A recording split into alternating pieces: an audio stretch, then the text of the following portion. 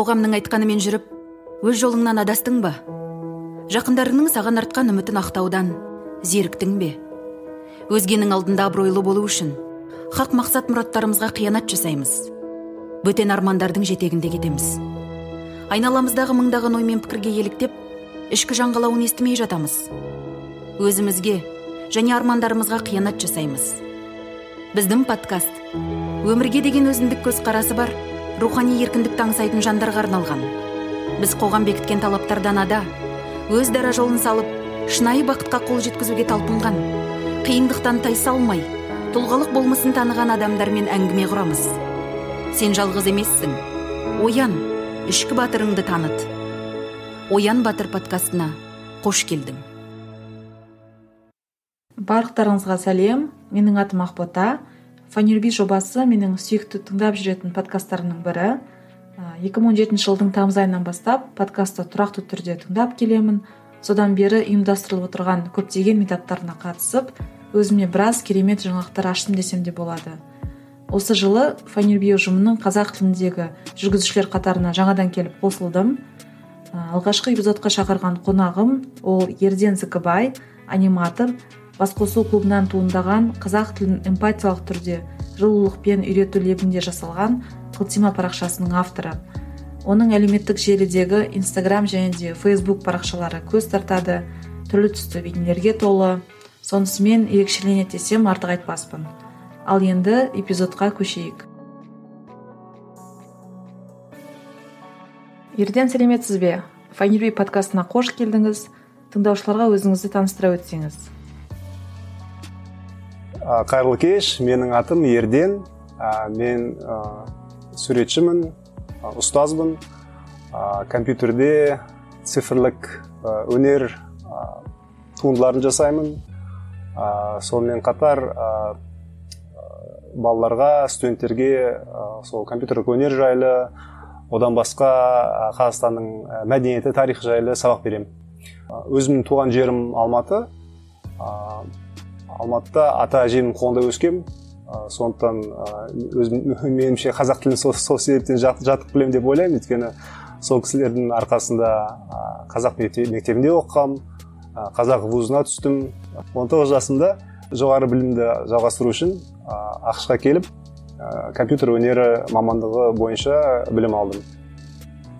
Одан кейін неше түрлі жерлерде жұмыс істеп, жарнамалық агенттікте, фильмдерде жұмыс істеп, жоғары оқу орындарында сабақ беріп, осындай жұмыс жолында жүрмін. Сізді ең алғашқы рет қателеспесем, осыдан 5-6 жыл бұрын Басқосу атты қазақ тілін меңгергісі келетін адамдарға арналған сабақты алғаш рет көрдім. Сонда байқағаным, көбінесе басқа ұлт өкілдерінің көп екендігін көзім шалды. Оларға қызықты жаттығулар ойлап тауып, аса ерекше ден қойып, сабақ жүргізгеніңіз есімде. Жалпы қазақ тілін тегін оқыту курсын ашуға қалай келдіңіз? Басқосу туралы айтып өтсеңіз. Басқосу ол менің досым Бақытжан Бұхарбай деген кісі. Өзі кітап шығарушы, автор. Сол кісінің туындысы. Сол кісі 2014 жылы бастады. Одан кейін мен кейін келе қосылдым. Алдымен жай қатысушы ретінде, кейін ерікті ретінде жаңағы сабақтарды жүргізу. Бірақ біз ылғи айтатынбыз, бұл сабақ емес, біз мұғалім емес, біздің тіл білімі, мамандығымыз жоқ, біліміміз жоқ. Сондықтан бұны сабақ ретінде қабылдамаңдар. Егер шынында да қазақ тілін меңгеремін десеңдер, бұдан тыс жерде ары қарай жетілдіру керексіңдер деп айтқанбыз. Бұл енді шынында да сондай таза ниеттен шыққан бір бастама деп ойлаймын. Өйткені ол кезде мына қазақ тілі мәселесі өте қатты сезіне бастады. Ол кезде әлі мен қателеспесем жаңағы 91, Ғалымжан Молданазар сияқты сондай танымал қазақ тілі танымал, енді кең танымал, әсіресе жастардың арасында ондай музыка әлі кең таралған жоқ. Қазақ тілінің жағдайы кішкене мүшкілдеу болған қазірге қарағанда. Сонда осы қазақ тілі жанашырлары осы көп қатты уайымдайтын, мен де қатты уайымдайтын ол кезде. Қазақ тілінің келешегі жайлы, қазақ тілінің келешегі жалпы бола ма болмай ма деген сияқты көп ой болатын. Сонда құр жай уайымдамай бірдеме бір іс-әрекет жасау үшін сол өзінің үлесімді қосқым келді. Бұл тәжірибе маған көп сондай түсінік берді. Инсайт дейді ғой қазір. Шында да адамдардың психологиясына, неге адамдар қазақ тілін үйрене алмай жатқаны, неге сөйлеуге, қазақ тілін қолдануға ұялатындары, қысылатындары, соның бәрін көп түсінуге маған көмектесті. Өйткені кісілермен сөйлесесің, мен өзім көп байқаған, бұл біздің жаңағы кездесулеріміз, біз жаңағы сабақ демейміз ғой, кездесулеріміз психотерапия сияқты бір сессияларға кейде айналатын. Өйткені кісілер өзінің ішкі мазасыздарын, ішкі проблемаларын, ішкі мазаларын солардың айтып, бізбен бөлісіп, неге қазақ тілін үйренуге қандай қиыншылық сезіп жатқандары жайлы, қандай травма алғандары жайлы солармен бөлісіп, көп біз мысалы менің әріптесім ол кезде Бақытжан Мұхамедияұлы деген жігіт, және біз енді қазақ тілі болғаннан кейін таза орыс тілді адамдарды көп кезде түсінбейтінбіз меніңше. Сол кісілермен сөйлей келе көп түсіне бастадық. Мысалы мен өзім жеке көп сондай бір эмпатиям пайда болды сондай кісілерге. Өйткені жалпы тіл деген мен кейде тіл деген қызық нәрсе. Өйткені көп кезде адамдар айтады, бұл құрғана коммуникативті құрал, бірақ шын мәнінде ол ондай емес. Әсіресе қазақтар үшін қазақ тілі ондай нәрсе емес. Қазақтар үшін қазақ тілі өте сондай терең эмоционалды мәселе.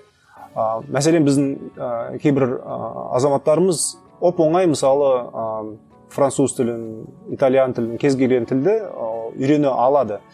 Сосын біздің қазақ тілді кісілер соларға ренжиді. Неге сіз солай оңай басқа тілді, шет тілін үйренесіз, өзіңіздің ана тіліңізді неге үйренбейсіз? Бұл жерде екі мәселе. Көп кезде бұл кісілер үшін қазақ тілі шын мәнінде ана тілі емес, яғни ананың тілі емес. Мысалы менің өзім анам орыс мектебінде оқыған, оның негізгі тілі орыс тілі. Сондықтан мен үшін де қазақ тілі таза тікелей мағынада ана тілі емес. Сондықтан ондай нәрсені түсіну керек. Екінші, итальян, француз, қытай мысалы тілінде ешқандай эмоционалды не жоқ, багаж жоқ. Сондықтан қазақтар оны өте оңай үйрене алады. Өйткені өмірінде ешкім оларға ойбой, сен итальянша сөйлемейсің, сен мәңгүртсің, сен топассың, сен адам емессің, қазақ емессің деп ешкім олай айтқан жоқ өмірде. Сонда ешқандай оларда не жоқ.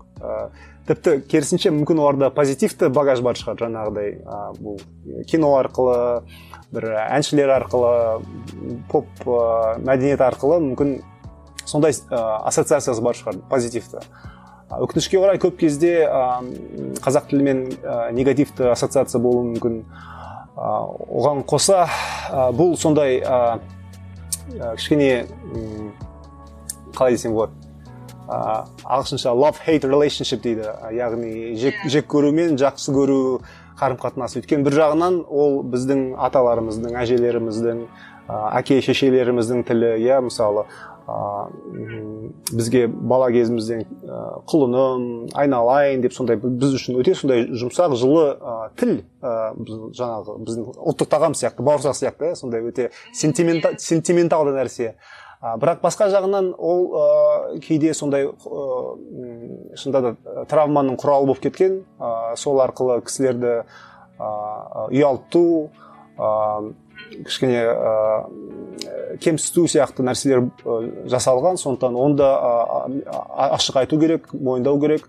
Бұл енді мен тек қана жаңа бір адамның ғана мәселесін айтып тұрмын. Оған дейін қаншама 10 жылдықтар бойы, ғасырлар бойы тілді қалай басқан, қалай езген, мысалы оны мен мүлдем айтқан жоқпын, ол бөлек нәрсе, бірақ соның бәрі бірге соған әсер етеді. Сондықтан бұл мәселе өте сондай нәзік тақырып. Сондықтан оны сөйлегенде тек қана жаңағыдай жаман жақсы деп айту өте бұрыс. Меніңше адамдарға көп эмпатия көрсету керек, яғни түсінушілік, кешірімділік. Қазақ тілін үйретуді жаңағыдай таяқпен емес, жылулықпен үйрету керек. Бұл жерде әрине қазақ тілділер әсіресе меніңше көп сондай кішіпейілдік таныту керек.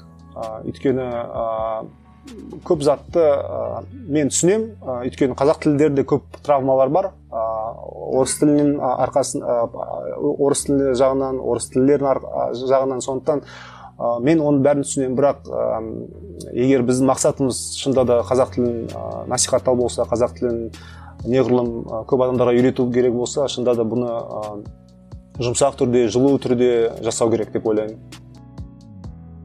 Жалпы қазіргі таңда әсіресе Instagram желісінде көптеген суретшілердің бар екендігін көріп жүрміз. Олар қазіргі уақытта үлкен сұранысқа ие. Жалпы суретші аниматор мамандығын таңдауыңыздың себебін білгім келеді.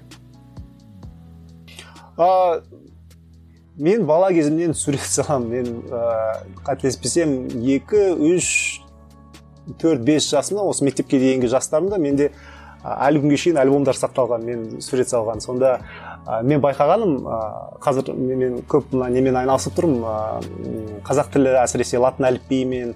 Сонда мен байқағаным, мен көп латынша жазатын. Ол кезде өйткені 80-ші жылдардың соңында көп мына батыс мәдениеті кіре бастаған кеңес одағына.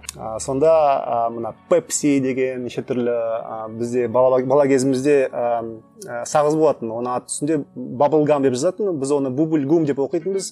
Сондай жазулар, сондай көп латынша жазулар көп кезде, мысалы, кісілер сұрайды, неге қазақтар латынға көшіп жатыр. Өйткені латын, мысалы, мен сияқты адамдарға, көп адамдарға бұл шында да бір жаңалықтың белгісі, мүмкін бір прогресс, ілгерішілдік, дүние космополитизм, сондай бір соның бір белгісі ретінде кеңес одағының құлауының нышаны, символы ретінде бір көруге болады. Өйткені көп сондай латынша жазулар сол заманда кіре бастаған. Мен сонда өзімнің атымды латынша жазғам, көп сурет салғам, сосын білмеймін, бала кезімнен сурет салуды жақсы көрем.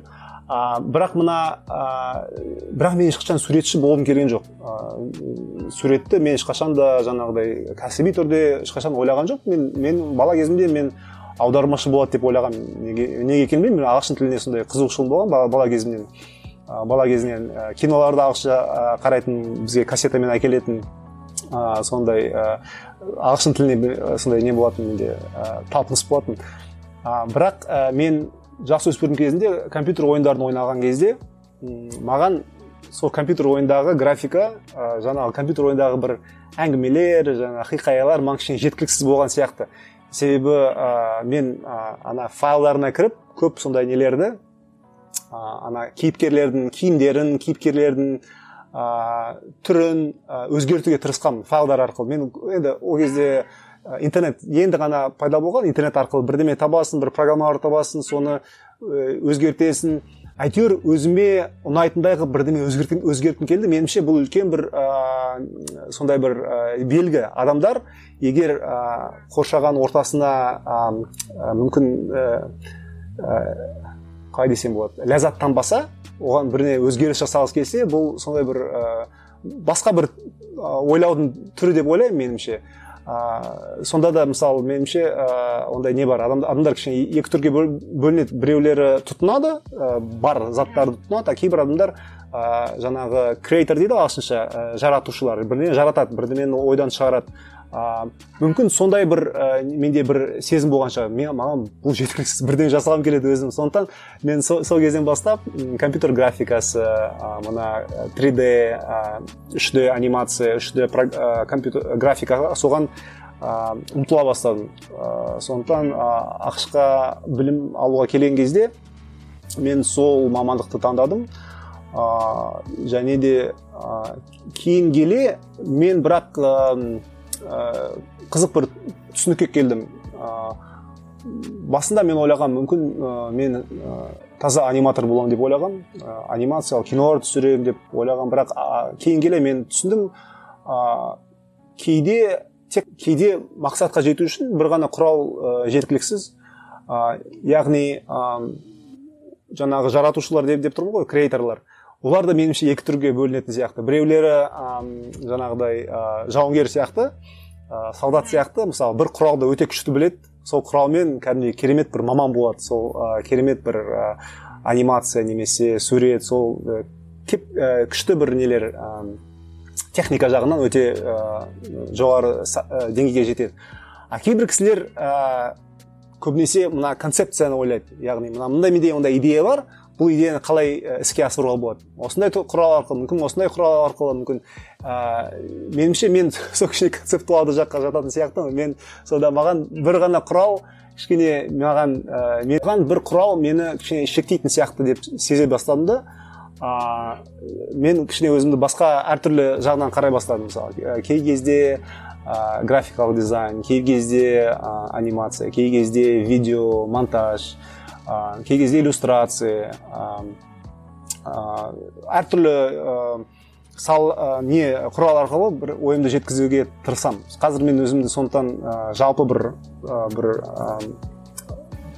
бір шектеулі маман ретінде көрмеймін, көбінесе жалпы өнерпаз деп санаймын, себебі оның бәрін бір қызық әңгімені әртүрлі жолмен айтуға болады деп ойлаймын.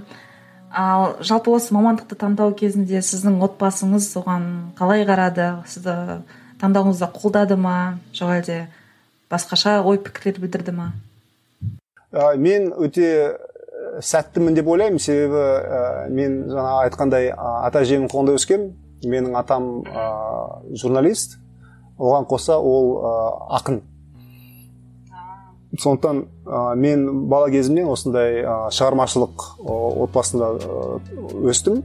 Атам мәселен түнге шейін жаңағы печатный машинка дейді ғой, сонымен отырып жаңағы бірдеңе басатын, кейде жолда жүріп жаңағыдай бір шабыт келеді да оған, сосын қалтасынан бір қағазды алып, сол бір-екі жол өлең жазып қояды. Ұйқастар келеді ғой ойына.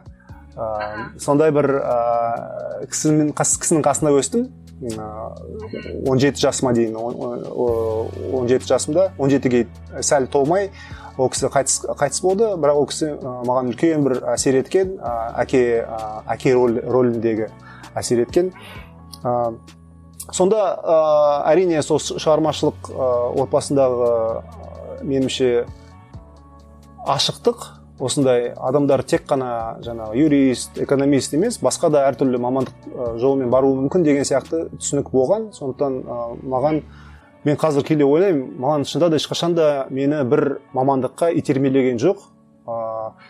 Біздің жалпы отбасымызда сондай не бар, қатты балаларды бір бағытқа итермейді. Өйткені кейін ол балалар ата-анасын кінәлауы мүмкін. Неге сен мені бұлай итермеледің, неге мысалы тіпті жаңағы жар таңдау сияқты сондай мәселелерде ондай болған жоқ.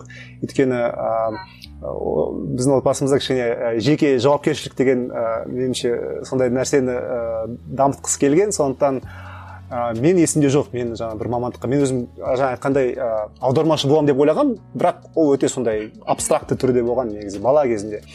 Иә, сондықтан мен негізі ең басында казуға түскенде мен информатика мамандығына түскем, яғни компьютер ғылымы, бірақ ол маған ұнаған жоқ. Бірақ мен өте қатты ол кісілерді құрметтеймін.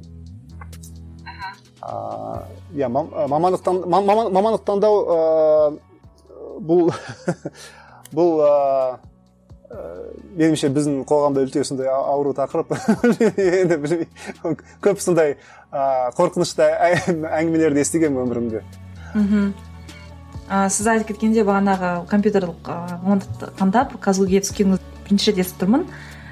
Және сіз оны тамамдаған жоқсыз, одан шығып кеттіңіз. сізде ондай қорқыныш болған жоқ па? Мысалы көбінесе адамдар қорқады ғой, қоғам не дейді, басқа адамдар не дейді, ертең мынау оқуға түсіп оқуын жалғастырмай шығып кетіпті ғой деген сияқты. Сізде қорқыныш болған жоқ па? Жоқ, ондай болған жоқ. Себебі мен бақытсыз болдым. Мен оқыған кезде меніңше адамның жалпы бақыты өзінің ішкі сезімі өте маңызды. Егер ұнамайтын жерде жүру, ұнамайтын затпен айналысу ол өте қиын меніңше. Сондықтан маған қиын болған жоқ. Бірақ білмеймін, ондай кісілер бірдеме айта ма, айтпай ма деген сияқты ой болған жоқ ол кезде. Жас кезінде көп заттарға кішкене елемейтін сияқты. Өте жақсы. Сіз жаңа атаңызға шабыт келіп, жол-жөнекей отырып, өлең шумақтарын жазатынын айтып кеттіңіз. Жалпы сіз өзіңіз шығармашылығыңызда шабытты қайдан аласыз, оны қайдан іздейсіз? Мен өткенде ойлағам, менің шабыт деген нәрсе негізі көп кезде бір ішкі бір мазасыздық деген нәрседен шығады екен. Шынында да бір бұл дүниеде көп әділетсіздік, көп қисықтар, көп мәселелер бар екен, соны мен білмеймін, қатты сезем. Сол мені қатты мазасыз қылады.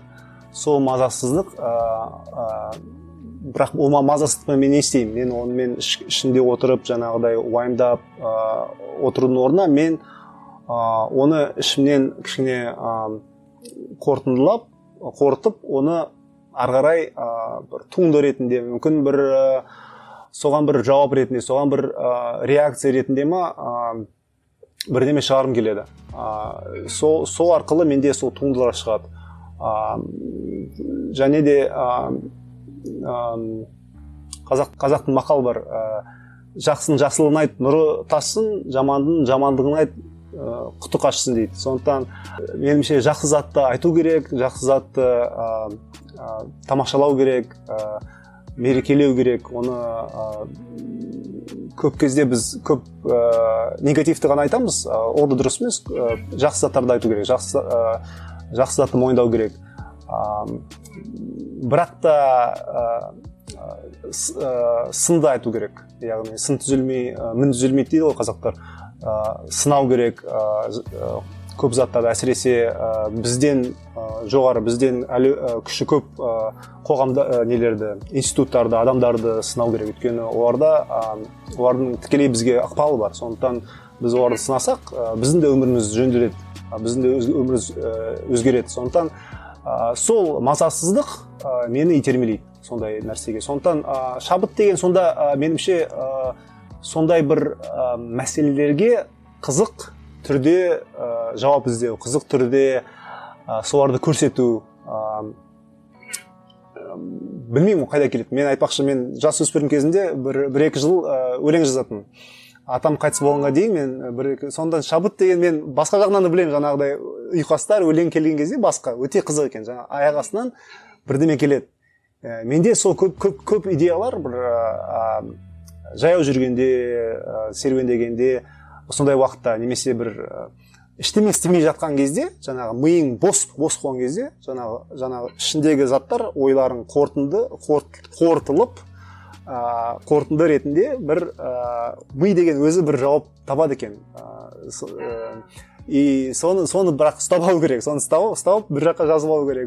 Дер кезінде жазып. Иә, өйткені енді кейін қайттан басқа жаққа шығасың, кісілермен сөйлесесің, уже миыңдағы зат басқа жаңа ақпаратпен толтырылады да, ана ой, жаңағы идея кетіп қалады. Сондықтан бұл өте маңызды, шында да бір ана телефонға бірдеме бір жаққа тез жазып алу керек сондай ойларды. Сол үшін ғой адамдар бекер айтпаған екен, өздерінің идеяларыңды қағаз жүзінде немесе телефонға міндетті түрде түртіп қойыңдар деп, әйтпесе естерінен шығып кетеді деген. Оларды жиі еститін қазіргі.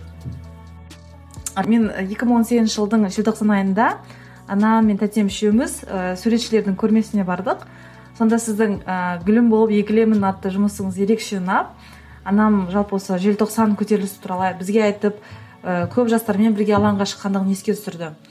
Шығармашылығыңызда тарихи оқиғалардың көп орын алатынына көзім шалды.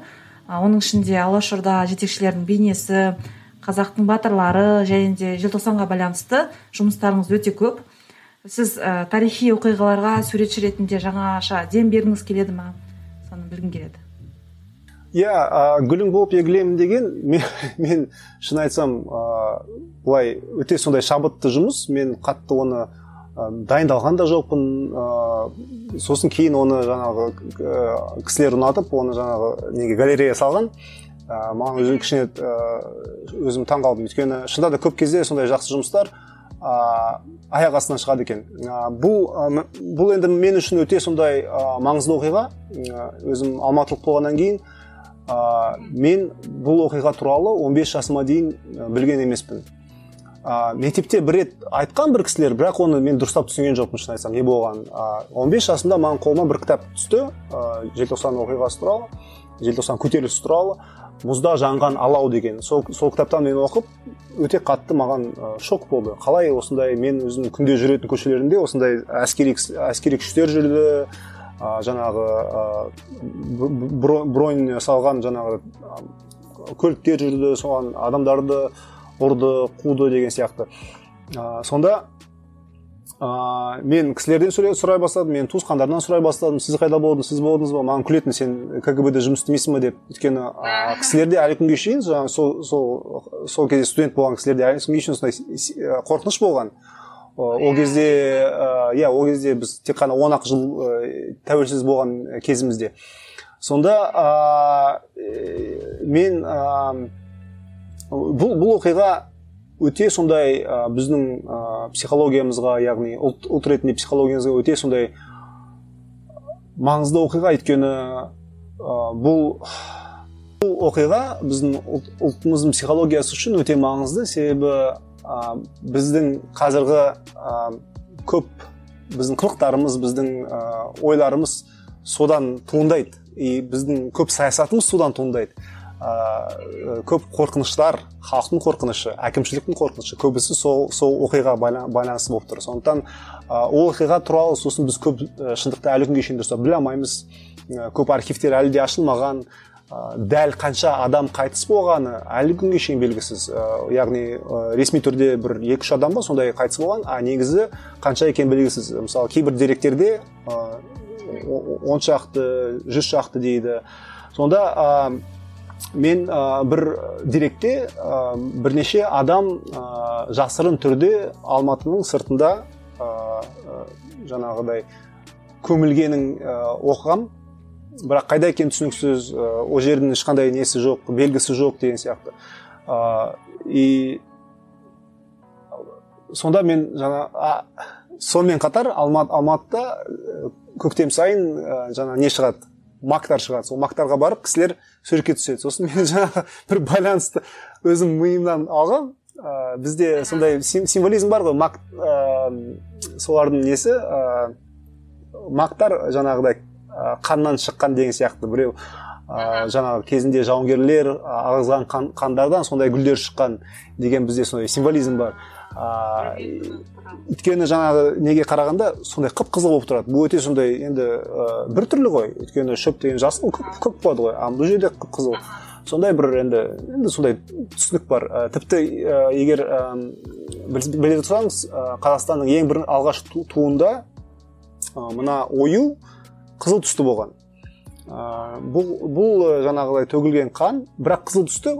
Ана ненің ойы? Ол жаңағы гүлдердің ойы ғой, жаңағы сондай гүлдік мотивте. Сонда қызыл гүл деген сияқты бұл өте сондай біз үшін үлкен бір символ. И жаңағы көмілген желтоқсаншылар мен жаңағыдай гүлдердің сондай екеуін қосып, жаңағы желтоқсаншылар осындай гүл болып шығып жатыр деген сияқты бізге қарайды, бізге сондай біздің қасымызда, бірақ біз оларды ұмытып қалған сияқтымыз да, қасымызда жүреміз, суретке түсеміз, бірақ оларды шын мәнінде танымаймыз деген сияқты. Сондай бір өзіме бір ой түсті. Содан сондай сурет шықты. Жалпы мен үшін басында мен сол бір жасөспірім кезінде тарихпен қатты қызыға бастадым. Мен бұрын тарихпен қызықпайтын. Тарихқа қызыққан себебім мен бұл үшін мен үшін эскапизм болған, яғни шындықтан қашу. Өйткені мен маған қызық болған тарих ол орта ғасырлар тарихы болған. Мына батырлар, мына қазір нелер бар ғой, стереотип, жаңағы батыр, сондай келіншек, сондай олар бір-біріне қоштасады деген сияқты, сондай бір өте сондай қарапайым примитивті кішкене бір идея болған менің ойымда. Сондай соған өте қатты қызыққан мен сол кезде көп суреттерім жасөспірім кезінде сондай батырлардың осындай өте еркектік, маскулиндік бір-бірімен шайқасып жатқан суреттері. Бұл бір жағынан мен үшін жаңағы посткеңестік шындықтан қашу болған. Өйткені мен жан-жағынан қарағанда шынында да маған көп нәрсе ұнаған жоқ, қанағаттандырған жоқ. Бұл бір жағынан бұл сондай бір қиял мекенге қашу болған. Кейін мен түсіндім, бұл көп кезде тек қана шындықтың бір бөлігі ғана. Тарих деген ол кәдімгідей детектив сияқты. Бұны дұрыстап зерттеу керек, бұны салыстыру керек, бірнеше деректерді. Бұл шындықты табу өте қиын. Сосын шындық көп кезде көп адамдар тарихты өзі бұрын сеніп жатқан нәрсені қайта соны қолдайтын бір идея тапқысы келеді. Бұрын сенетін, мысалы мен сенің қазақтар керемет халық болған еді деп мысалы тарихты оқимын да, соған мен дәлел іздеймін. Соны маған дәлелдейтін маған не керек? Соны ғана мен оқығым келеді. Оған сол идеяға қайшы нәрселер маған ұнамайтын. Мен оны ұнатпауым мүмкін. Мен неге оған ұнатпаймын? Бұл біздің жауларымыз жазған. Бұл өтірік деп бірден жаңағы сілтей салам. Сондықтан бірақ жаңағы деректерге де сондай сыни қарау керек. Кім жазды, не үшін жазды, кім үшін жазды деген сияқты. Ол өте қызық стереотип ондай бар. Онда бірнеше түсіндірмесі бар негізі. Қазақтардың көздері көп болды деген сияқты сондай әңгімелер жиі еститін менде. Бұны бір жағынан қазақтарды Қазақстанда легитимді жасау үшін ойланған идея. Бұл бірақ шын мәнінде қазір өте сондай зиянды әсері бар деп ойлаймын қазақтарға. Өйткені көп қазақтар өздерін қабылдай алмай тұр. Себебі осындай стереотипті бала кезінен естісең, әрине өзіңді қазақ емес деп қабылдай бастайсың. Менің түрім ондайға жатпайды ғой. Яғни мен шында қазақ емеспін. Өйткені олар не дейді? Шынайы қазақтар сондай болған. Жай қазақтар емес, шынайы қазақтар. Сонда сен өтірік қазақсың, сен былық қазақсың. Сондықтан ол стереотип қазір зиян, ол шындыққа жатпайды. Өйткені қазақ деген халық ұлт ретінде 15-ші ғасырда қалыптасқан, жаңа генетикалық тұрғыда 13-ші ғасырда қалыптасқан. Ол кезде түріміз қазіргідей түріміз болатын. Ол кезде қатты айырмашылық болған жоқ. Сондықтан ол негізі ғылымға жатпайды. Бірақ мен айтайын деп жатқан тарих егер тек қана адамға мақтаныш, бақыт сияқты сезім сыйлап жатса, ол тарих емес, ол бір қиял, ол бір ертегі. Сондықтан шында тарихты үйрену үшін сондай адам өзін қалай десем болады, кішкене саналы болу керек меніңше. Сосын өзін кемшіліктерді мойындай алатын жағдайда болу керек.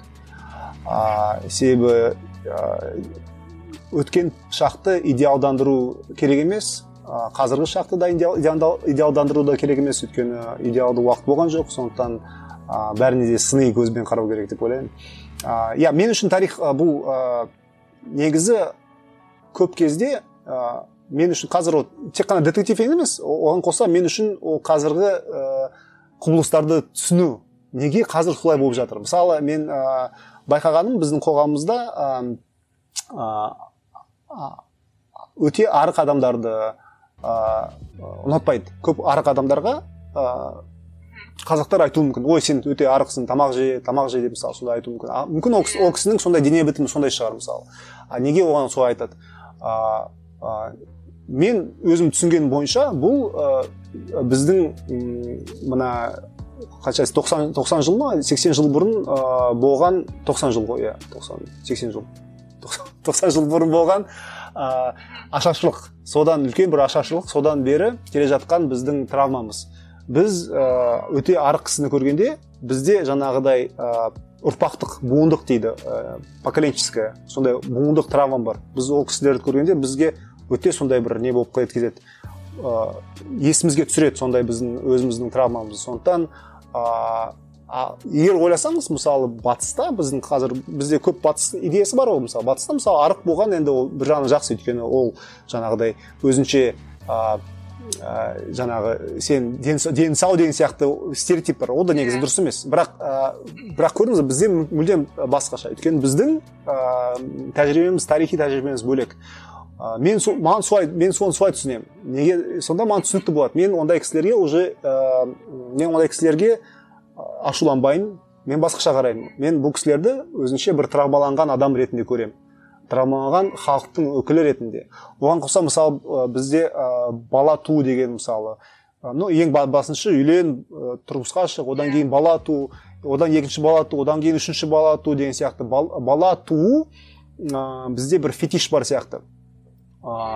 Бірақ оны да былай тек қана жаңағы бұл патриархал деп жаңағы түсінуге болмайды. Бұдан басқа да жаңағыдай біздің халқымыз жаңағыдай демографиялық проблемадан, жаңағы трагедиядан өткен халық. Қаншама біз кезінде 20 ғасырдың басында 70% болған болсақ, 50-ші жылдарда қателеспесем 30%-ға дейін түсіп қалдық.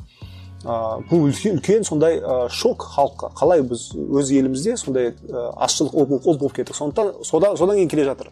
Содан келе жатқан мысалы бізде өзге ұлтқа үйленбе деген нәрсе бар. Ол да тап-таза жаңа феномен. Қазақтарда бұрын ондай болған жоқ. Қазақтар өте ашық, қыз алыса берген кез келген ұлттармен, көршілермен мысалы ондай табу болған жоқ, яғни запрет болған жоқ ондай құбылысқа. Бұл қайдан келе жатқан? Бұл жаңағы қазақтар азшылық ұлт болған кезде өз елінде азшылық ұлт, меншинство. Жаңағыдай біз басқалармен аралассақ, біз ұлт ретінде жойылып кетеміз деген қорқыныш пайда болған. Сол қорқыныш әлі күнге шейін жалғасып келе жатыр. Оның уже негізі жоқ уже. Бірақ әлі күнге шейін ол содан келе жатыр. Сосын одан басқа біздің халқымыздың жаңағы әкімшілікке сенбеу, жоғарыдағыларға сенбеу, мысалы бетперде, жаңағы пандемия, екпе салу, соған мысалы біздің жоғарыдағылар айтады антиваксерлер дейді мысалы. Бірақ ол бір жағынан бір victim blaming деп ойлаймыз. Victim blaming деген жаңағы құрбанды кінәлау. Құрбанның сенің сол өзінің азап шеккені үшін кінәлі сен өзіңсің құрбан деген сияқты. Ол біздің халқымыз шында да әкімшіліктен жаңағы кеңес одағы кезінде көп зардап шеккен. Жаңағы ашаршылықты алайық, сосын мына Семей полигонын алайық, Арал теңізін алайық, қаншама бізде катастрофалар болған, мысалы тың игеру программасы мысалы. Бізбен санаспай, біз үшін көп затты біз шешіп, содан көп кезде қазақтар зардап шеккен. Сондықтан бұл скептицизм жаңағы әкімшілікке, оны түсінуге болады. Бірақ біз оны түсінбей, онымен жұмыс істемей, біз сол құр адамдарды кінәлаймыз. Сендер сондай ақымақсыңдар, надансыңдар деген сияқты. Сондықтан бұл мен тарих ол көп сол травмалардың бір несі, әсіресе отарланған халық ретінде біз сол травмалармен жұмыс істеу керекпіз, оны ашық түрде айту керекпіз, олармен психотерапия сияқты онымен жұмыс істеу керекпіз. Сол арқылы көп қазіргі мәселелер шешіледі. Подкаст көңіліңнен шықты ма? Find Your Bee ұсынатын барлық эпизодты Facebook, Instagram, Spotify, ВКонтакте әлеуметтік желілері мен YouTube, Telegram, Яндекс.Мюзик арналарынан таба аласың. Жаңа шығарылымдар мен соңғы жаңалықтарды бақылау үшін подкастымызға жазыл. Толығырақ ақпаратты findyourbee.com сайтынан таба аласың. Досым Сатпаевтың жеке қоры 2018 жылдың қараша айында Сара Камеронның «Аштық жайлаған дала, ашаршылық, озбырлық және кеңестік Қазақстанды орнату» атты кітабын жарыққа шығарды. Біз осындай халқымыздың басынан өткен тарихи оқиғаларды тәуелсіздік алғаннан кейін ашық түрде біртіндеп қозғай бастадық. Осындай зерттеу жүргізу ақиқатқа жетудің жолы деп ойлайсыз ба? Міндетті түрде, иә, бұл бәрі шындықты табу, шындықты ашу, бұның бәрі дұрыс. Өкінішке орай, қазір бұл мәселе көбірек айтылып жатқаны кішкене меніңше бір жағынан кеш сияқты, өйткені көп сол зардап шеккен кісілер қайтыс болды. Мысалы, менің өзім қазір бір атам, бір әжем қайтыс қалды. Ол кісілер 30-шы жылдардың соңында туған кісілер. Яғни олар мысалы ашаршылықты көрген жоқ. Олар көбінесе соғыс уақыт туралы айтады, бірақ соғыс туралы ол кезде де сондай тамақтың тапшылығы болған. Көп сондай менің олармен сөйлескенде көп травмалар естимін. Менің мысалы нағашы атамның көзінше көрші қыз қайтыс болды аштықтан.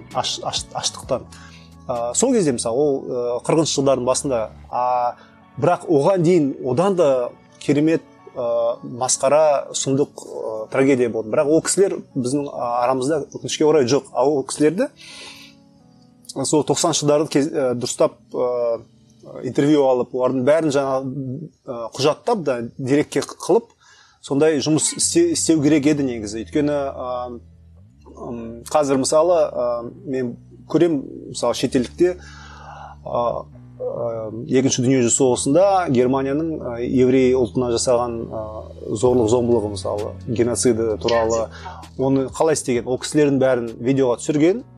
Қазір бұл кісілердің нелері, естеліктері голограмма ретінде, мысалы музейге келесіз, голограмма ретінде қосып, оларды тыңдауға болады. Кәдімгідей сіздің қасыңызда отырған тірі кісі сияқты. Мысалы, сондай өкінішке орай сондай жұмыс құрсын, тіпті мүмкін қазір біз оны жауабын табамаймыз. Мүмкін, иә, өйткені көп архивтер жабық. Бірақ соны көрген кісілерді солардан сұрау керек, солармен сөйлесу керек. Өйткені бұл уақытқа қарсы келе жатқан сайыс, жарыс. Жарайды, ол кісілер қайтыс болды. Бірақ олардың балалары бар шығар. Мүмкін олардың балалары бірдеме естіген шығар. Сол балалармен сөйлесіңіздер.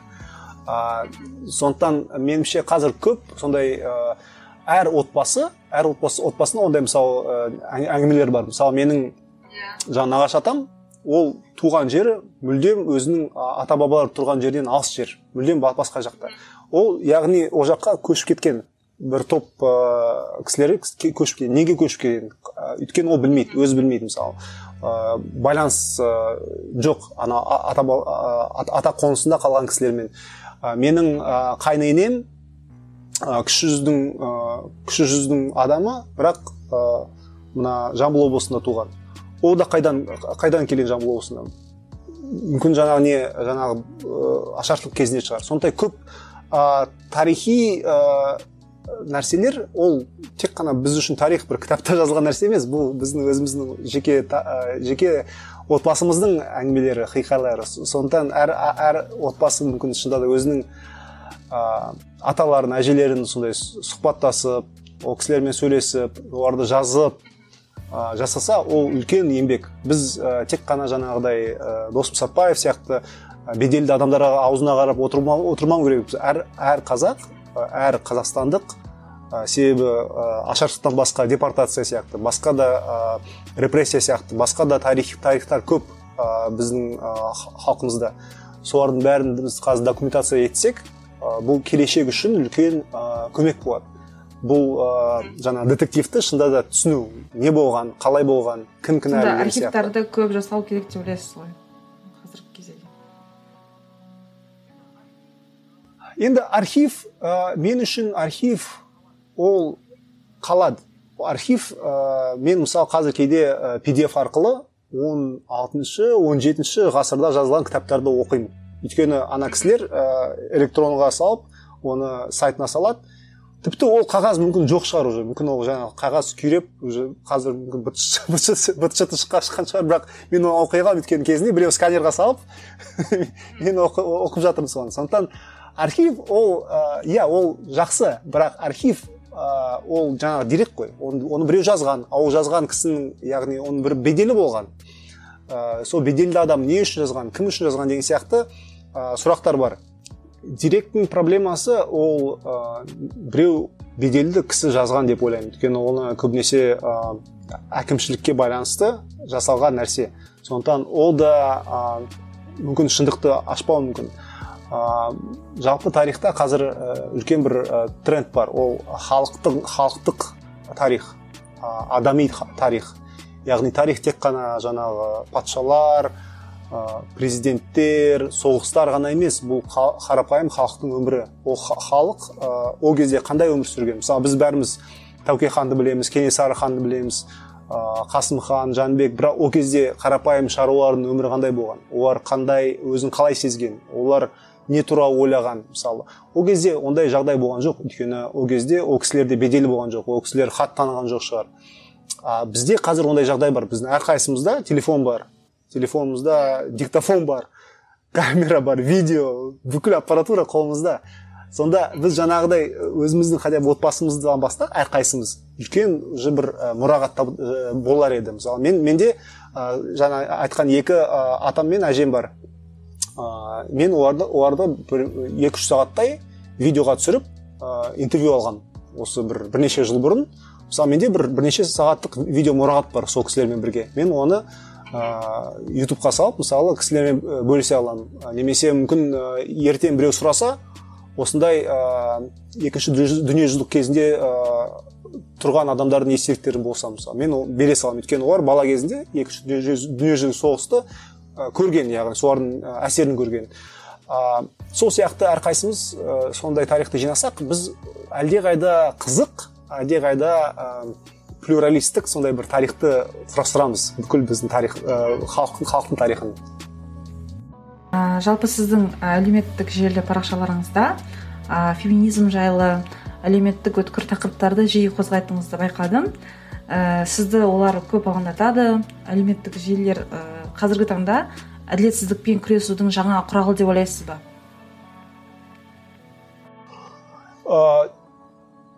Мен жаңа айтқандай жақсының жақсысына нұр отасын дейді ғой.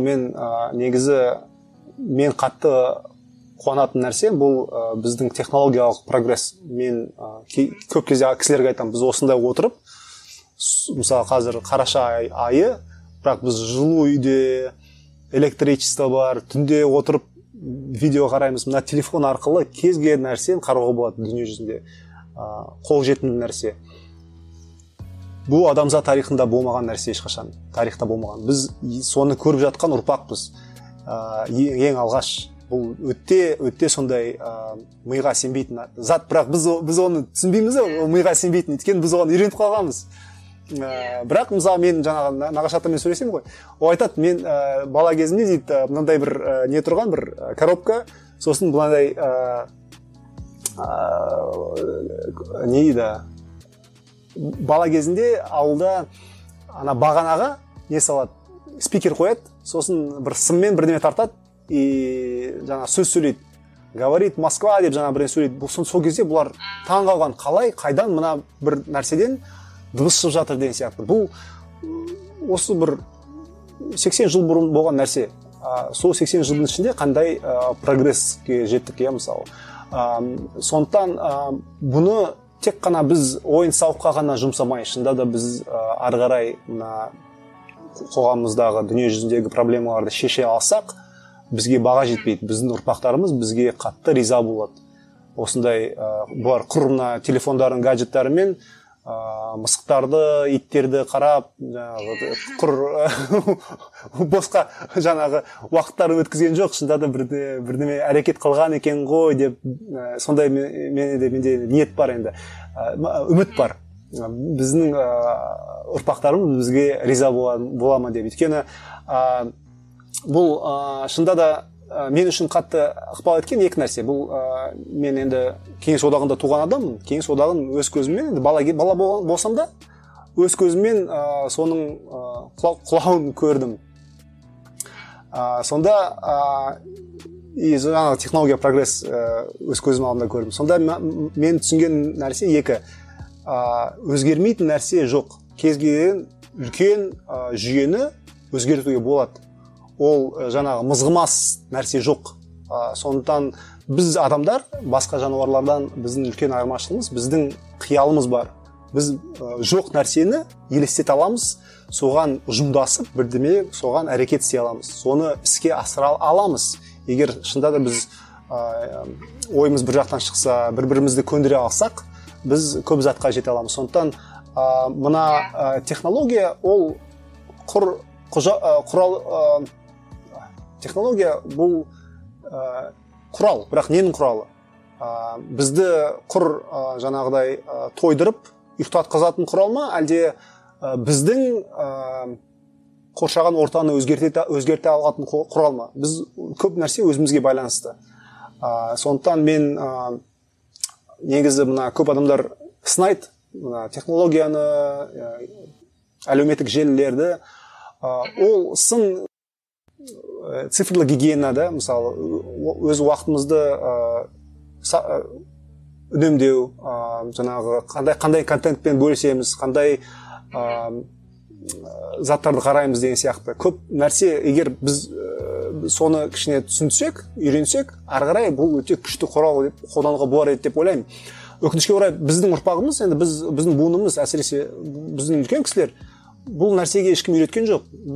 Бізге басымызға түсіп қалды да, сондықтан көп кезде адамдарда шынында да ондай сауаттылық жоқ.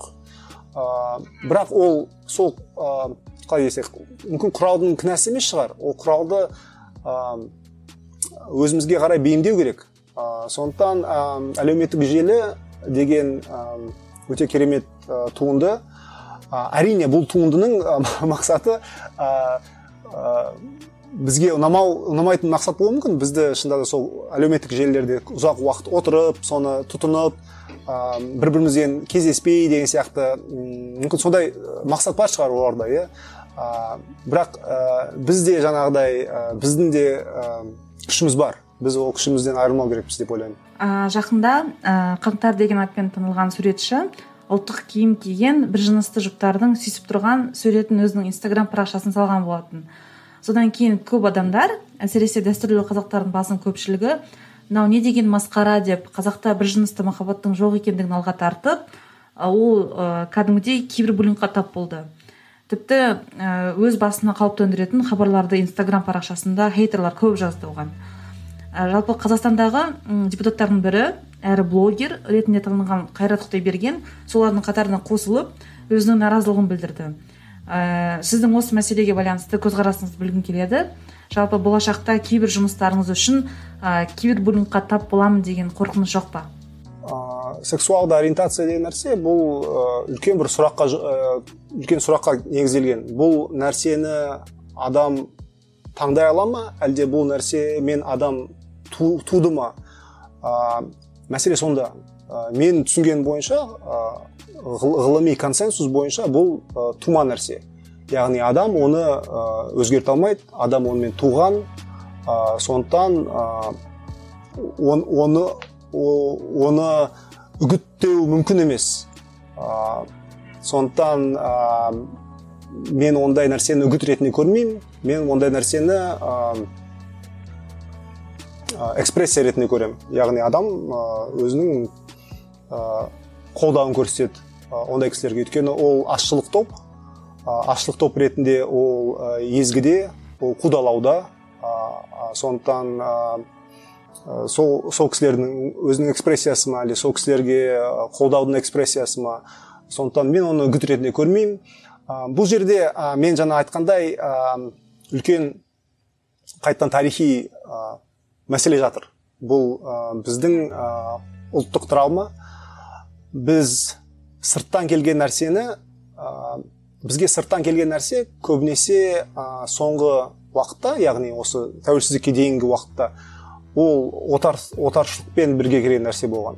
отаршылықпен бірге келіп бізге көп зардап келтіріп, біздің өмір салтымызды өзгертіп, біздің қаншама адамдарымызды қырып келген құбылыс, осы жаңа инновациялар, білім, тағы басқа нәрселер. Сондықтан жаңа айтқандай love-hate relationship дейді ғой, жаңағы жек көру мен жақсы көрудің байланысы. Бізде осы жаңа нәрсе сондай екі түрлі болып кетеді. Bir жағынан біз мүмкін оны түсінеміз, ол шынында да керек нәрсе, ол шынында да бізге пайдалы нәрсе. Бірақ басқа жағынан бізде сондай травмалық тәжірибе бар. Сондықтан оны бәрін түсіну керек. Ол кісілердің неге солай реакция жасайды? Неге? Өйткені көп кезде ол триггер. Жаңалық ол жаман, жаңалық ол қауіп, жаңалық ол геноцид деп тіпті, мысалы.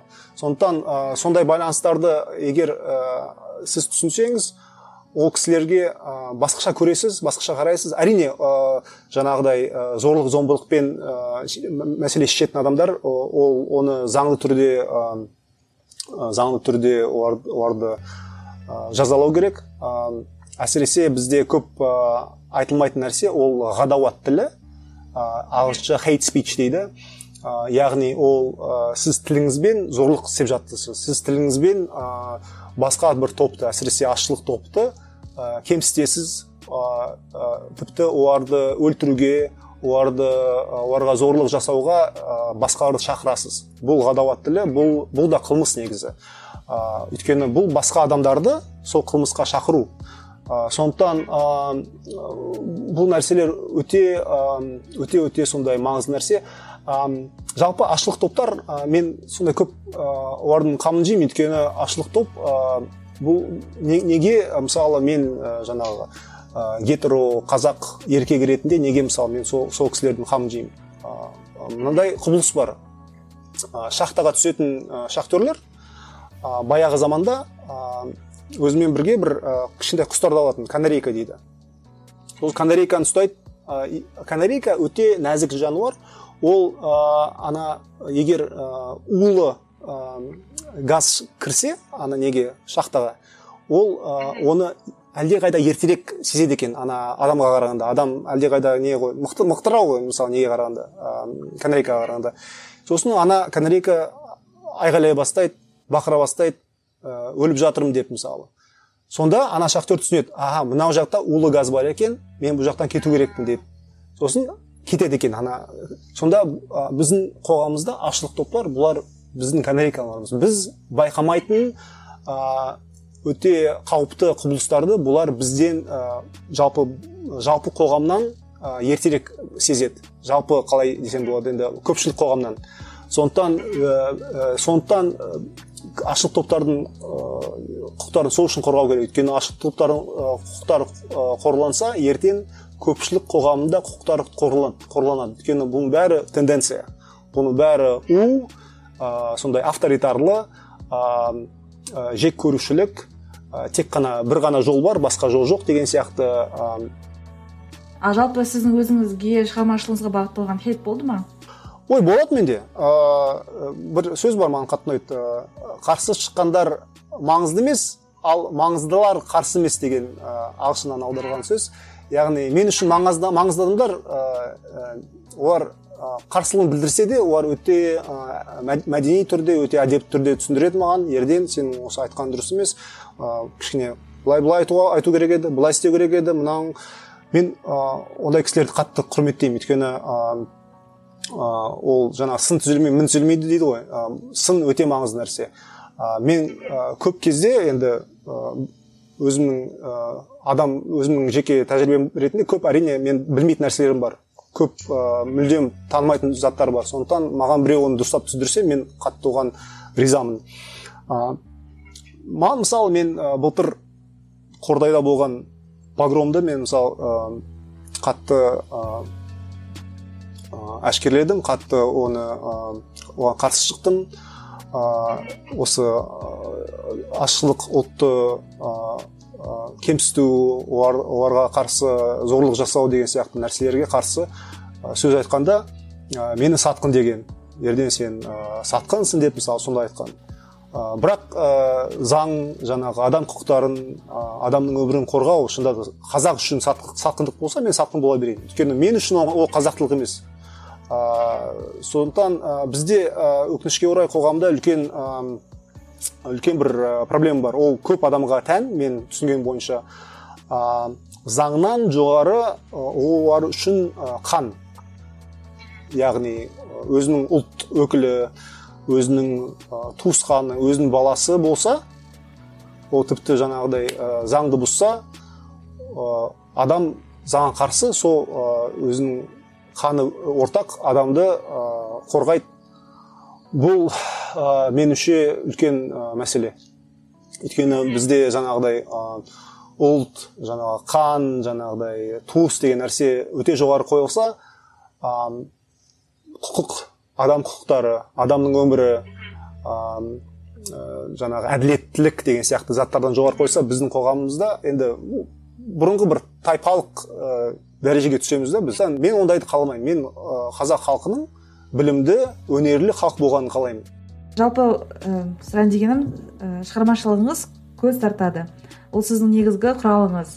Алдағы уақытта қай бағытқа көңіл аударғыңыз келеді? Осы соңғы 1-2 жылда бірнеше бөлек жобалар бастадым. Соның біреуі жаңағы Басқосу клубынан туындаған осындай қазақ тілін эмпатиялық түрде, жылулықпен үйрету сондай лебінде жасалған Қылтима деген парақша. Қылтима деген өтірік балкон деген сөздің аудармасы, ондай сөз негізі жоқ. Бірақ қылтима деп көп кезде қазақ тіліне күлкі ретінде сол сөзді қолданады. Қазақ тілін кішкене ұнатпайтын кісілер ма, мүмкін білмеймін. Бірақ сондай, типа сендер естіңдер ме, қазақтар балконды қылтима деп аударған деген сияқты. Сондықтан мен ол сөзді кішкене апроприировать етіп, ол сөзді басқаша қолданғым келеді. Өйткені мен үшін енді балкон өте сондай сентименталды жер. Өйткені балконда далаға шығып, негізі балконның қазақша дұрыс аудармасы самалдық дейді. Жаңағы сондай самалдыққа шығып, таза ауада көшеге қарайсың, кісілерге қарайсың. Мен бала кезімде сол самалдықта ұйықтаған бірнеше рет, атам екеуміз. Сондықтан самалдықпен сондай өзімде сентименталды сезімдер бар. Сосын самалдық деген кино бар, қазақ фильмінде 50-ші жылдары шыққан, қателеспесем, орысша балкон деген.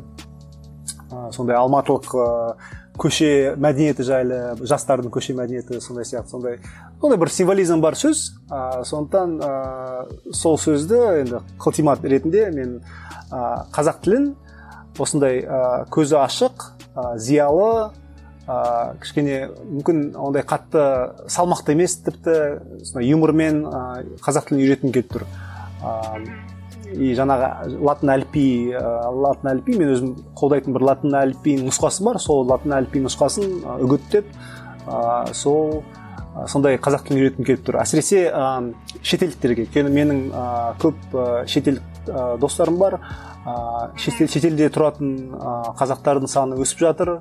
Солардың балалары бар. Олар балаларына қазақ тілін үйреткісі келеді, бірақ өкінішке орай ағылшын тілінде ондай ресурстар өте шамалы. Сондықтан тем более балаларға сондай қызық түрде үйрету керек та тілді. Өйткені олар сондай советтік түрде жүйеде үйрене алмайды қазақ тілді. Сонда сіз Басқосудың жалғасын алғартай ала кетпекшісіз ғой, жалғастырып оны? Өкінішке орай Басқосу жобасы жабылды. Сондықтан бұл сосын енді менің жобам болған жоқ, ол менің досымның жобасы. Бірақ содан туындаған менің қазақ тіліне деген, қазақ тілін қалай неғұрлым көп адамдарға жеткізсем деген мен өзім ниетім болған. Сосын әрине сондай клуб ол бәрібір шектеулі. Оған қаншама адам келеді мысалы. 10 шақты адам келеді. Жаңағы әлеуметтік желілер, оның потенциалы әлдеқайда жоғары. Адамдар бір-бірімен бөлісуі мүмкін. Кейбір жақсы посттар өте тез виралды түрде жаңағы тез тарауы мүмкін. Сондықтан оның потенциалы әлдеқайда жоғары. Көреміз енді не болатынын. Оған қоса сол әйел құқықтары мен еркектік мәселесі жайлы бір парақшам бар. Фемин еркін деген. қазақтың емін еркін деген сөзін фемін деп алған. Яғни екеуі мен үшін өте байланысты. Жаңағы әйел құқықтары мен еркектік қандай болады, еркектік 21 ғасырдың қазақ еркектігі қандай болу керек деген сияқты сұрақтарға жауап тапқым келіп тұр өзім. Өйткені бізде үлкен сондай еркектік кризис бар. Тек қана қазақтарда емес, жалпы дүние жүзінде. Бірақ әрине қазақтардың ол кризисі, дағдарысы ол кішкене өзгеше. Өйткені бізде жаңағы тоталитарлы, сосын отаршыл тәжірибеміз бар. Оның өзінің нюанстары бар. Сол арқылы кісілермен сөйлесіп, сұхбат жасап, сондай өзіме жалпы қоғам үшін, өзім үшін сондай сұрақтарға жауап тапқым келіп тұр. Сосын оған қоса тарих пен мәдениет жайлы бір жобам бар. Оны да көбінесе енді шетелдік аудиторияға, өйткені біздің тарих пен мәдениет, мен қазір байқағаным сондай не болып кетті. Бір жағынан популистер ұрлап жатыр оны. Популист дегенде бұл шын мәнінде сол тарихты үйренгісі келіп тұрған жоқ. Ол тарихты құрал ретінде өзінің идеяларын халыққа таратпақшы, бірақ тарих пен мәдениетті құр бұлар қолданады. Ол сондай көп кезде кері идеялар, халықты сондай бір жек көрушілікке, басқа ұлттарды, басқа адамдарды жек көрушілікке итермелейтін сондай идеялар. Өкінішке орай біздің тарих пен мәдениет соған тұтқын болып кеткен, өкінішке орай. Сондықтан мен оны басқа көзбен кішкене саналы жақтан ашқым келіп тұр, оны ғылыми жағынан кішкене зерттегім келіп тұр. Өйткені мен өзім өте қатты соған қызығушылығым бар бұрыннан. Өйткені мен жақында маған бір досым түсіндірген үлкен бір айырмашылықты. Мен өзім мысалы дәстүрлерді өте қатты жақсы көремін. Бірақ дәстүрдің озығы бар, тозығы бар деген сияқты. Мен озығын алып, жаманын қалдырғым келіп тұр. 21 ғасырға жаманын тартқым келмейді, тек қана жақсысын алғым келеді. Сонда екі нәрсе бар. Дәстүрлі деген кісі бар, сосын дәстүршіл деген нәрсе бар. Дәстүрлі ол, яғни дәстүрлі жақсы көреді, бірақ дәстүрді ары қарай дамытқысы келеді, ары қарай өзгерткісі келеді, ары қарай бейімдегісі келеді. Ол дәстүр, ол адамдар үшін ол тірі нәрсе. Дәстүршіл деген, яғни орысша традиционалист. Ол, яғни орысша традиционный, традиционалист деген екі түсінік. Традиционалист ол дәстүршіл деген, ол дәстүрді бір пір ретінде, бір фетиш ретінде алған, оны өзгертпейді, оны жаңағы бір қатып қалған, бір уақытында какой-то бір қатып қалған жаңағы түрінде алып, соны өзгертпей, біз сонымен жүру керекпіз өмір бақи. Содан ауытқыған адамдар бұлар бәрі шынайы адамдар емес, шынайы қазақ емес деген сияқты сондай түсінік бар. Сондықтан мен сол жағынан дәстүрлерді маған өте қатты зерттегім келеді, түсінгім келеді, ары қарай дамытқым келеді, сақтағым келеді, әрине. Сосын одан басқа тағы мен қарапайым комикс жасағым келіп тұр. Мен өте сондай қарапайым дегенде, өйткені мысалы жаңағыдай менің парақшамдағы қазіргі суреттер, олар кейде бірнеше күн кетеді оларды салуға. Оларды ойлауға бірнеше күн кетеді мысалы. Сондықтан ол кәдімгідей енді бір туынды деп айтуға болады енді ұялмай, өйткені шынында да көп уақыт кетеді оған. Мен кейде мысалы бір оқиға болып тұр, мен қатты сол туралы бірдеңе айтқым келіп тұр, бірақ жаңағы туынды жасап, оны отырып, жаңағыдай қатты басым қатырып келмейді, сондай тез бірдеңе салып тастап, соны салып келеді да, бөлісіп, өзімнің реакциямды, өзімнің ойыммен бөлісім келеді. Сонда мен түсіндім, маған сондай бір не керек, платформа керек. Сондықтан мен бөлек сондай бастамақшымын сондай комикстерді. Көреміз енді, ол әр бір жағынан мүмкін сондай әртүрлі бағытпен келген бір жағынан қиын шығар, өйткені шынында да әртүрлі бағыттар. Бірақ мен өзім түсінгендей, мен өзім ішімде сондай әртүрлі бағыттарды ішімде қоса аламын. Яғни әйелдердің құқықтарын қорғау, немесе ашылық топтарды қорғау, және қазақтың дәстүрлі еркегі болу, ол бір-біріне қайшы нәрсе емес. Мен өзім ішімде оны өте гармониялық түрде, мен мысалы ол мәселелерді өзім қоса аламын. Сонда мен ойлаймын, егер мен қоса алсам, басқалар да қоса алатын шығар деп ойлаймын. Сондықтан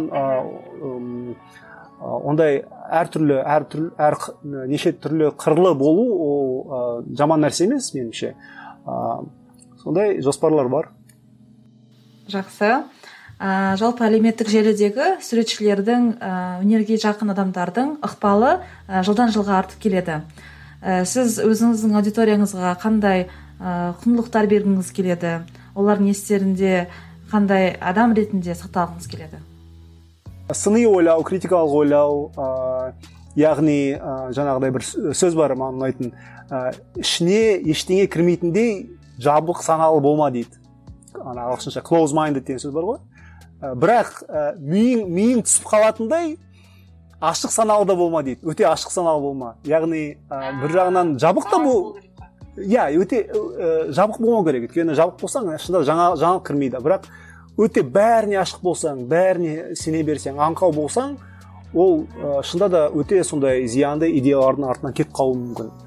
Сондықтан адамда бір ішінде бір трек болу керек, меніңше, өзінің бір ішкі бір ұстанымдары болу керек, ішкі бір моралды компас болу керек деп ойлаймын. Яғни қиын жағдайларда ана компас сізге қай жақ дұрыс екенін көрсете алатындай нәрсе болу керек деп ойлаймын. Ол сондай мораль деген нәрсе өте мықты нәрсе, өйткені ол меніңше бізді шында да жануарлардан қатты ерекшеленетін нәрсе. Мен көп кейде ойлаймын, біздің адамдар жануарлардан қандай айырмашылығымыз бар деген сияқты. Одан басқа мен адамдарға осы маған қазақ тілінде үлкен жақсы бір сөз ұнайды, пенде деген. Пенде деген ол сондай терең ұғым. Яғни адам ол қателік жасауға мүмкін. Ол адам идеалды нәрсе емес. Ол сондықтан біз бәріміз пендеміз.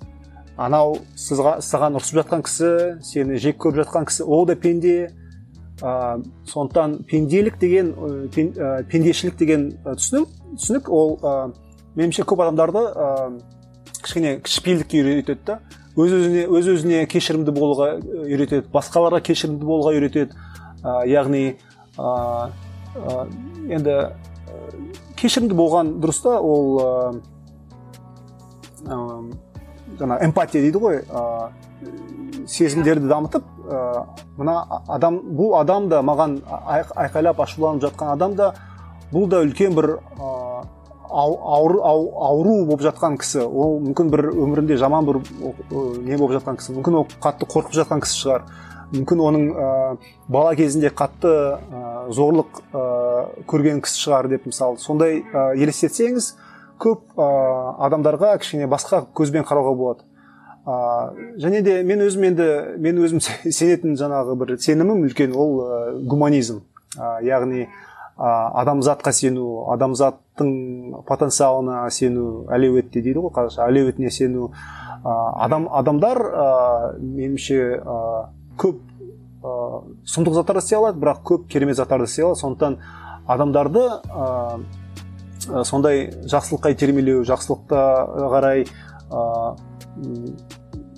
үйрету, сондай неғұрлым көбірек жақсы заттарды айта берсең, мүмкін сол жаңа қасындағы қоғамда адамзат та кішкене сол аздап сол жақсылыққа қарай итермеленеді.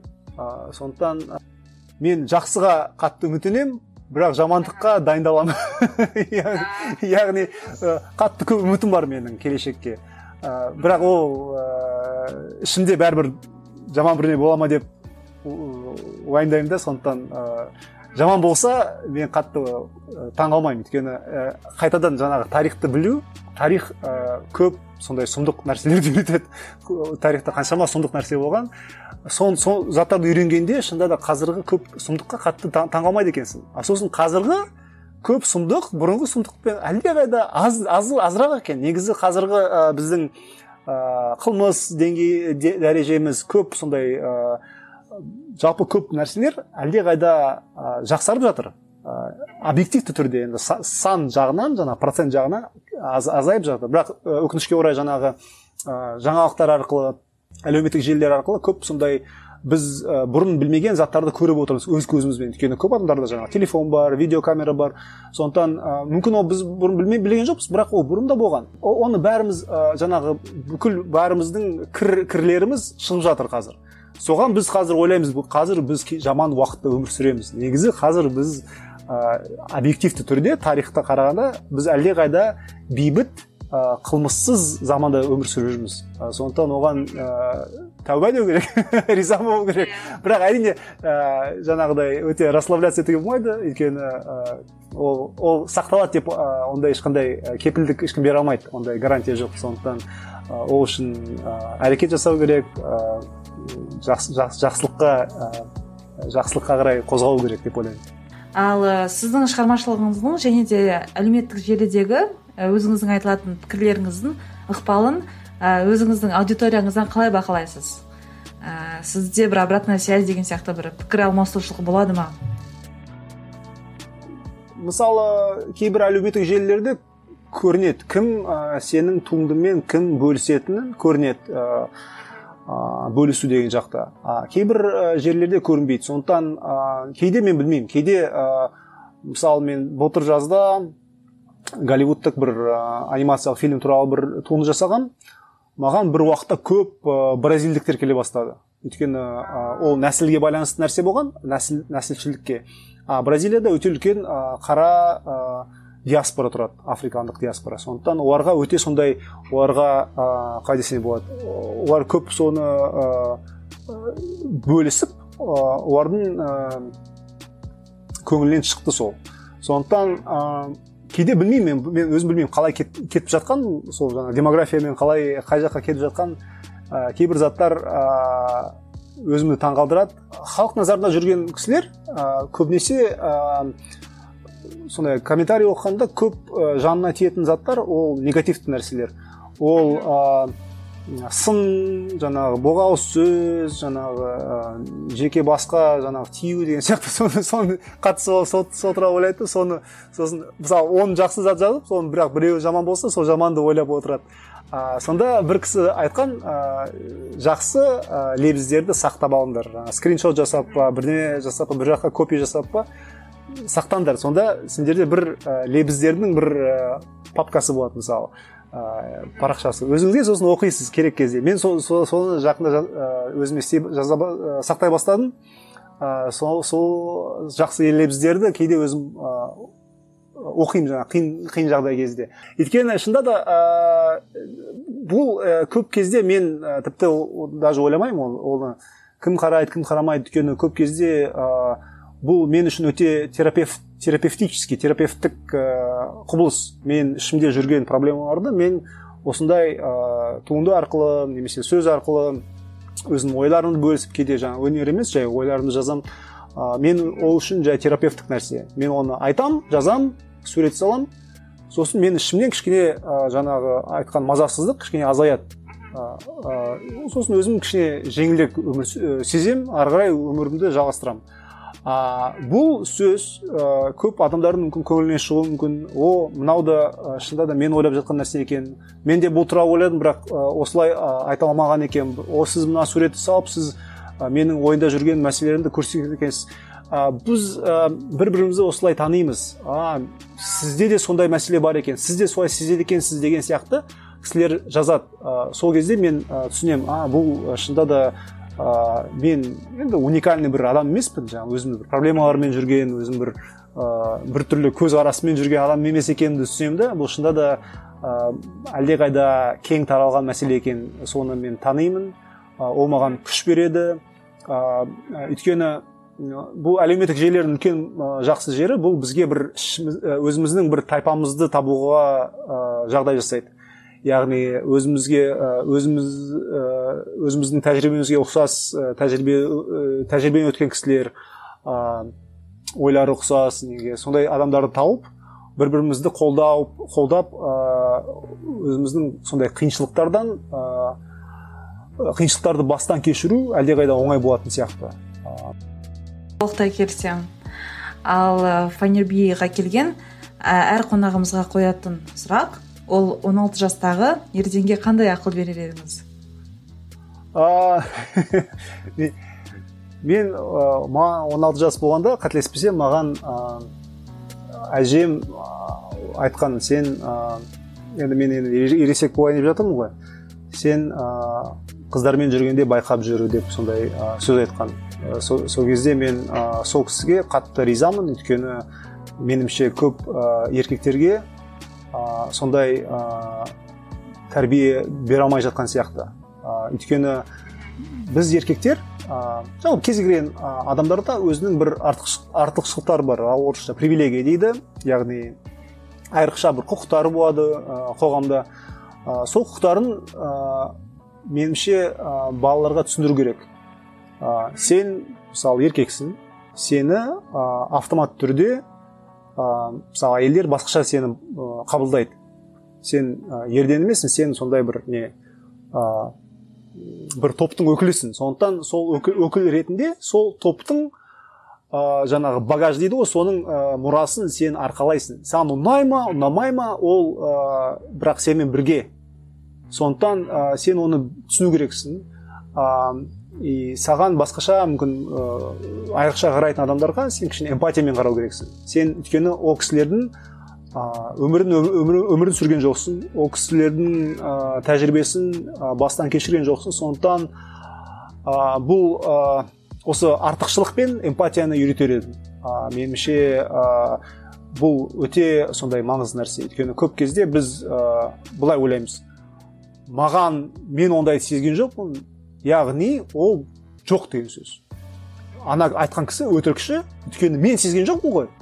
Енді мен сезбесем, ол қайдан оны ойлап жатыр? Сонда қарапайым түрде енді ол кісі басқа кісі, ол кісі оның өмірлік тәжірибесі басқа, оның жынысы басқа, ұлты басқа, мысалы жасы басқа. Сондықтан сондай заттарды меніңше бізге балаларға үйретсе, көп адамдардың өмірлері кішкене жақсырақ болады деп ойлаймын. Біздің бүгінгі подкастымызға келіп, өзіңіздің ойыңызды білдірген үшін сізге алғысым шексіз. Арнайы уақытыңызды бөліп, арнайы өзіңіздің ойларыңызбен, пікірлеріңізбен бөліскеніңізге өте ризамын. Және де сіздің алдағы уақытта қойған барлық жоспарларыңызға сәттілік тілеймін. Сол жобаларыңызды біз асыға күтетін боламыз. Үлкен рахмет. Осылай оймен бөлісуге мүмкіндік беріп жатқандарыңа көп рахмет. Фанжоби сияқты подкасттар бұл адамдарға үлкен көмек болады деп ойлаймын. Өйткені біздің тұрып жатқан заманымыз бұл өте бір түрлі сондай жынды бір заман. Бұл адамзаттың тарихында бұрын соңды болмаған жағдай, соншама неше түрлі ақпарат бастарымызға түсіп жатыр. Соның ішінде біз не дұрыс, не шын, не өтірік, соның бәрін түсінуге қаншама күш жұмсап жатырмыз соның бәріне. Сондықтан осындай ақпараттық мұхит, ақпараттық қоқыстың ішінде пайдалы ақпарат табу, қызық адамдарды табу, олармен бірігіп қызық жоба жасау, бұл келешекте біздің қоғамымызға, жалпы адамзатымызға үлкен пайда тигізеді деп ойлаймын. Сондықтан сіздерге рахмет, сіздерге сәттілік тілеймін. Жаяудың жаны шықпас, жалғыздың үні шықпас дейді. Біргейік.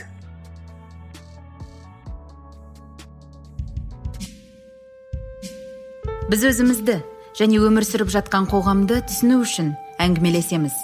Мақсатымыз адамдардың өзіне деген ілтипатын арттыру. Оян Батыр подкастын ұнатсаң, бізге iTunes, Google Play қосымшалары арқылы жазыл. Facebook, Instagram, ВКонтакте және findyobi.com сайтында бізбен бірге бол. Подкастымыздың жақсаруына себеп боламын. Өзгеге көмектесемін десең, iTunes'та өз пікіріңді қалдыруды ұмытпа. Назарыңа рахмет.